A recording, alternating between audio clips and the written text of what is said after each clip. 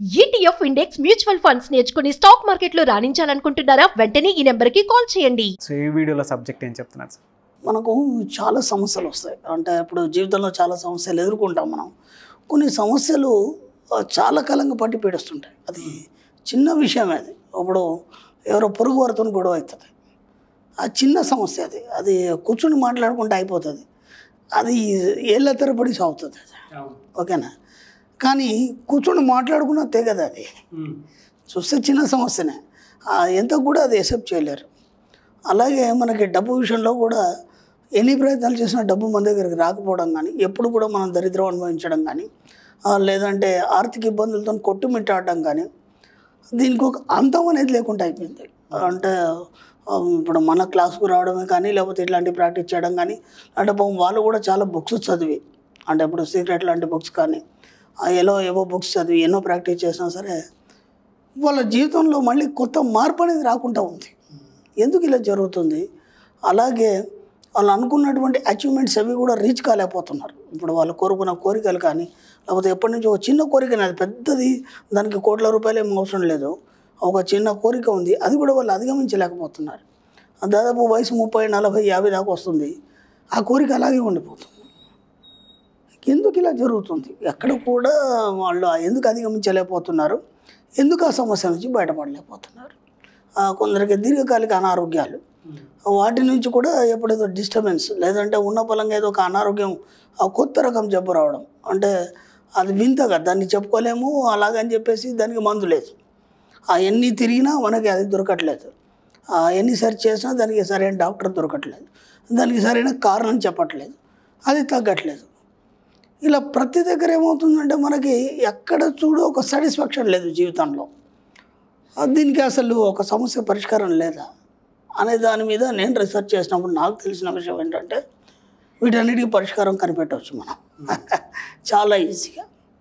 ఇక్కడ ఏం జరుగుతుందంటే, ఇప్పుడు నాకు ఒక ఆర్థిక ఇబ్బంది వచ్చింది.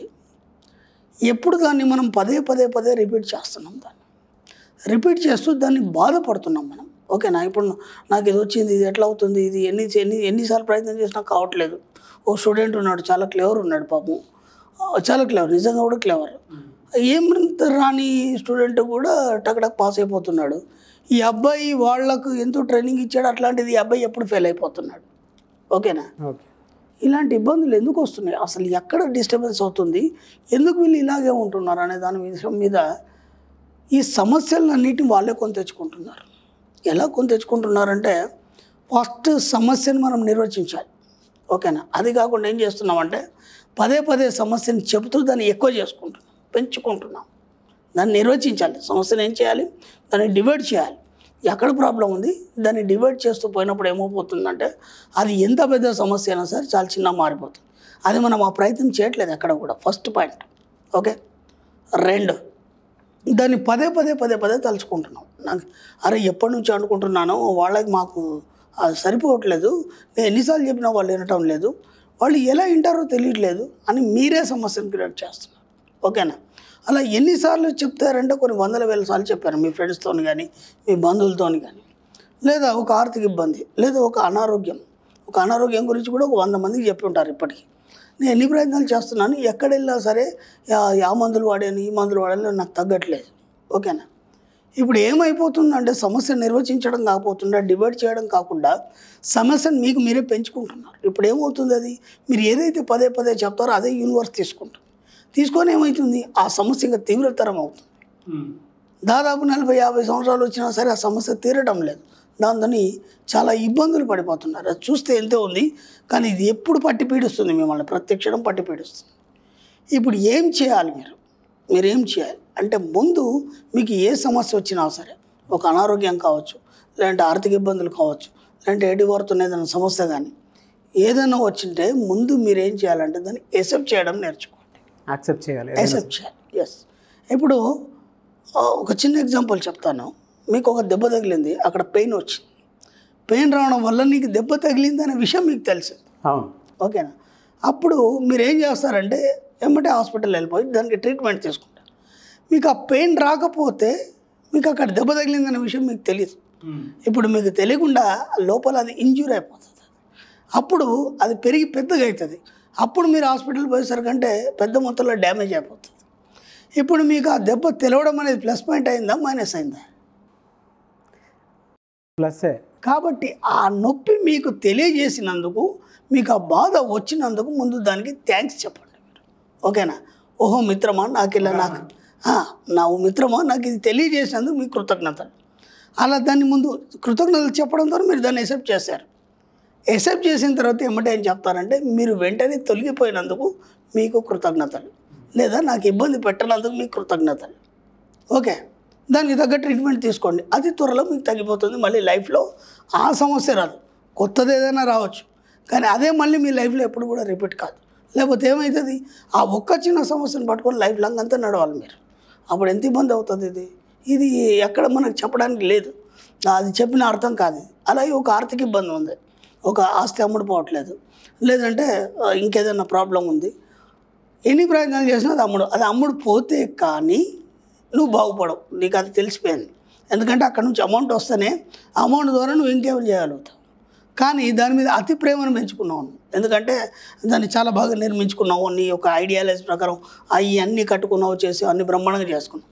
ఇప్పుడు ఏం చేయాలి, దాని మీద ప్రేమ మీదకు అది అమ్మనివ్వడం లేదు.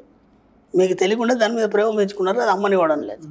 లేదా ఏదో సమస్య ఉంది, దాన్ని మీరు ఏం చేయాలి, ఈ సమస్య వచ్చినందుకు నేను మిమ్మల్ని యాక్సెప్ట్ చేస్తున్నాను అని చెప్పాలి. చెప్పేసి ఈ సమస్య నన్ను వదిలిపోవడానికి మీరు దయచేసి నన్ను వదిలిపెట్టి వెళ్ళిపోండి, అందుకు మీకు నేను క్షమాపణలు కోరుకుంటున్నాను. ఎందుకంటే అది మిమ్మల్ని వదిలిపెట్టిపోవడానికి కూడా అక్కడ ప్రాబ్లం అవుతుంది. ఎన్ని రోజుల నుంచి పట్టుకొని మిమ్మల్ని ఉంది కాబట్టి అది వదిలిపెట్టి వెళ్ళిపోవాలంటే ఎలా వెళ్ళిపోతుంది. కాబట్టి దానికి సారీ కూడా చెప్పాలి, మీరే క్షమాపణ కూడా కోరుకోవాలి. అప్పుడేమవుతుంది, ఆ సమస్య ఆటోమేటిక్గా వెళ్ళిపోవడం జరుగుతుంది. మీరు ఎన్ని రోజులు దాన్ని పట్టుకొని భరిస్తూ పదే అది చెప్పడం వల్ల ఆ సమస్య ఇంకా తీవ్రతరం అవుతుంది. అర్థమైందా? ఇలా ఏ సమస్య అయినా సరే ముందు మీకు వచ్చిన సమస్యని ముందు మీరు యాక్సెప్ట్ చేయండి. ఓకేనా? దాన్ని ఒప్పుకోండి. మీరు వచ్చినందుకు, నాకు ఇలా బుద్ధి నేర్పించినందుకు, లేదంటే నాకు ఈ విధంగా ఒక దారి చూపించినందుకు మీకు కృతజ్ఞతలు.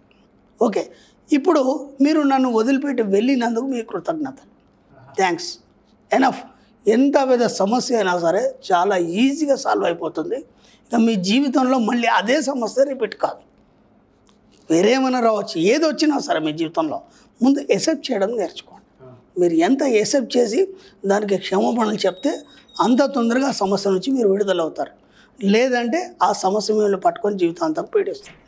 ఇది తెలియక ఏం చేస్తామంటే దాన్నే పదే చెప్పి ఆ సమస్యని ఇంకా పెద్దగా చేస్తాం మనం. ఎందుకంటే మనం ఏం చెప్తే అదే విషయం తీసుకుంటుంది కాబట్టి పదే అందరితో చెప్పేసి ఆ సమస్యని ఇంకా పెద్దగా చేస్తాం. కాబట్టి ఎలాంటి సమస్య అయినా సరే మీరు భయపడాల్సిన అవసరం లేదు. అది ఆర్థిక సమస్య కావచ్చు, ఆస్తి సమస్య కావచ్చు, ఆరోగ్య సమస్య కావచ్చు, సమాజానికి సంబంధించిన సమస్య కావచ్చు, ఏ ప్రాబ్లం అయినా సరే దాని ముందు యాక్సెప్ట్ చేయడం నేర్చుకోండి. ఒప్పుకోండి, క్షమించడం అని వేడుకోండి, ఆటోమేటిక్గా అది క్లియర్ అయిపోతుంది. అంటే దానికి కారణం మీరే అవుతున్నారు. దాన్ని పెంచుకోవడానికి కానీ ఒక సమస్య క్రియేట్ చేసుకోవడానికి కారణం మీరే అవుతున్నారు. కాబట్టి నేను ఇంతకుముందు కూడా చెప్పాను, ఒక పొరపాటు జరిగింది, ఎవరు విమర్శించకండి దయచేసి. ఎందుకంటే దానికి బీజం పడింది మీ లోపలనే. అది ఎప్పుడు పడింది, ఎందుకు పడింది, అది మీరే విశ్లేషించుకోవాలి. విశ్లేషించుకున్నప్పుడే అది బయటపడుతుంది మీకు. అప్పటిదాకా మీకు తెలీదు. కాబట్టి ఎవరు కారణం కాదు. మీ యొక్క సమస్యకి, మీ యొక్క ప్రాబ్లానికి, దేనికైనా సరే కారణం మీరే అవుతారు. అది ఎక్కడో బీజం పడింది. కొద్దిగా ప్రశాంతంగా కూర్చొని లోతుగా ఆలోచించినప్పుడు మీకు అర్థమవుతుంది ఎక్కడ పొరపాటు జరిగింది అనేది. కాబట్టి దానికి క్షమాపణ చెప్పండి, అది వెళ్ళిపోతుంది. హాయిగా రిలాక్స్గా ఉండొచ్చు. ఎలాంటి సమస్యలు అయినా మీరు పరిష్కరించుకోవచ్చు మీకు మీరే. డెఫినెట్గా sir. Thank you so much Shri Acharya Anantakrishna Swami garu. Thank you.